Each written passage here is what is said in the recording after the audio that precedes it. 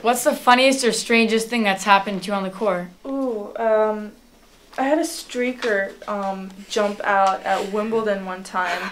Yeah, it was not a pretty sight, and it was very awkward. It was in the middle of a match at Wimbledon, which was very weird because, you know, Wimbledon is a very traditional tournament, so you never really expect those things to happen. Do you have any superstitions that cause you to do anything before or after a game? Usually I try not to be superstitious because then because when you're always aware of what, you know, like if it's not stepping on lines, then if you step on a line, you have negative thoughts, oh, I'm gonna lose a point. So I try not to, you know, I have some little things that I've just done for a long time that I don't even notice anymore. Do you have any tricks of keeping yourself focused during a match or during a break? I usually just try to get rid of all negative thoughts, even when I'm down. You know, I just always try to think of things that are get me going. Like if something's not working, I just try to I try to think of the things that are going to help me get it back, you know, kind of get my groove back in the match. Can you tell us something about yourself that people would be surprised to know? Ooh, yeah, I don't know.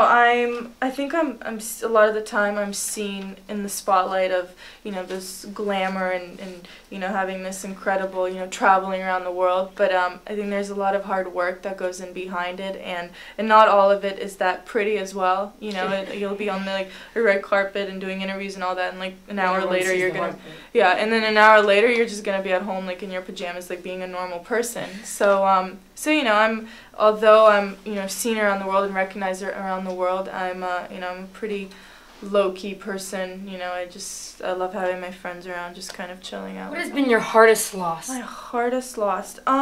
There's not one in particular, but I think the hardest losses is when, you know, the match is really close and you feel like you've had so many opportunities and opportunities to get you to a bigger stage in the tournament or even win the tournament, and you let those chances go and your opponent ends up winning the match.